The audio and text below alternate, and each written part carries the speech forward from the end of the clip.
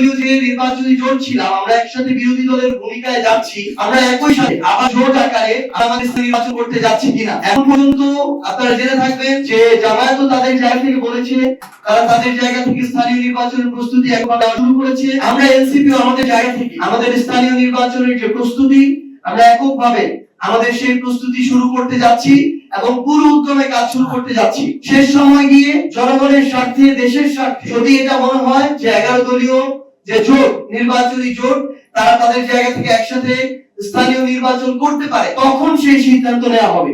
কিন্তু এই মুহূর্তে আমরা আমাদের জায়গা থেকে দলীয়ভাবে স্থানীয় পর্যায়ে আমাদের যে নির্বাচনী প্রস্তুতি, সেই নির্বাচনী প্রস্তুতি শুরু করতে যাচ্ছি। আমরা আজকে আপনাদের মাধ্যমে সারা বাংলাদেশে প্রত্যেকটি সিটি কর্পোরেশন, উপজেলা, পৌরসভা, ইউনিয়ন থেকে শুরু করে স্থানীয় পর্যায়ে যেই জায়গাগুলোতে স্থানীয় নির্বাচন হয়, আমাদের কেন্দ্রীয় থেকে শুরু করে জেলা, উপজেলা, ইউনিয়ন, ওয়ার্ড পর্যায়ে নেতৃবৃন্দ যারা আছেন, আমরা আপনাদেরকে স্পষ্ট করে আহ্বান জানাতে চাই, আপনারা যারা স্থানীয় পর্যায়ে জনগণের প্রতিনিধিত্ব করতে চান, আপনারা মনে করেন জনগণের কাছে আপনাদের ওই গ্রহণযোগ্যতা আছে, আপনারা কাজ করে এসেছেন, আগামীতেও করতে চান এবং ভোটের রায়ের মাধ্যমে জনগণ আপনাদের উপর আস্থা রাখবে, আপনারা আজকে এখন থেকে 25টি আসনে আমাদের প্রার্থী মনোনয়ন দিয়েছে, আমাদের দলীয় প্রশাসক নিয়োগ দেওয়া হয়েছে।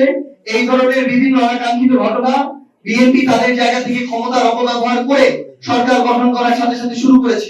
ঈদের পরই আমরা নতুন করে আমাদের এই যে স্থানীয় সরকার, যে আমাদের নির্বাচন পরিচালনা যে কমিটি, আমরা আমাদের সাংগঠনিক যে টিম, সেই টিম নিয়ে বাংলাদেশের প্রত্যেকটি সাংগঠনিক অঞ্চলে আমরা যাব এবং আমাদের এই নতুন উদ্যমে আমাদের এই কর্মযাত্রা শুরু হচ্ছে।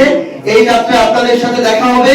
স্থানীয় পর্যায়ে এই ভিত্তিটা তৈরি করে আমরা আগামীর বাংলাদেশের এই প্রজন্মের যারা গণভোটে হ্যাঁ ভোট দিয়েছে, যারা বাংলাদেশের সংস্কার চায়, পরিবর্তন চায়, তাদেরকে নিয়ে আমরা আগামী বাংলাদেশ গড়ার নেতৃত্ব দেব ইনশাআল্লাহ।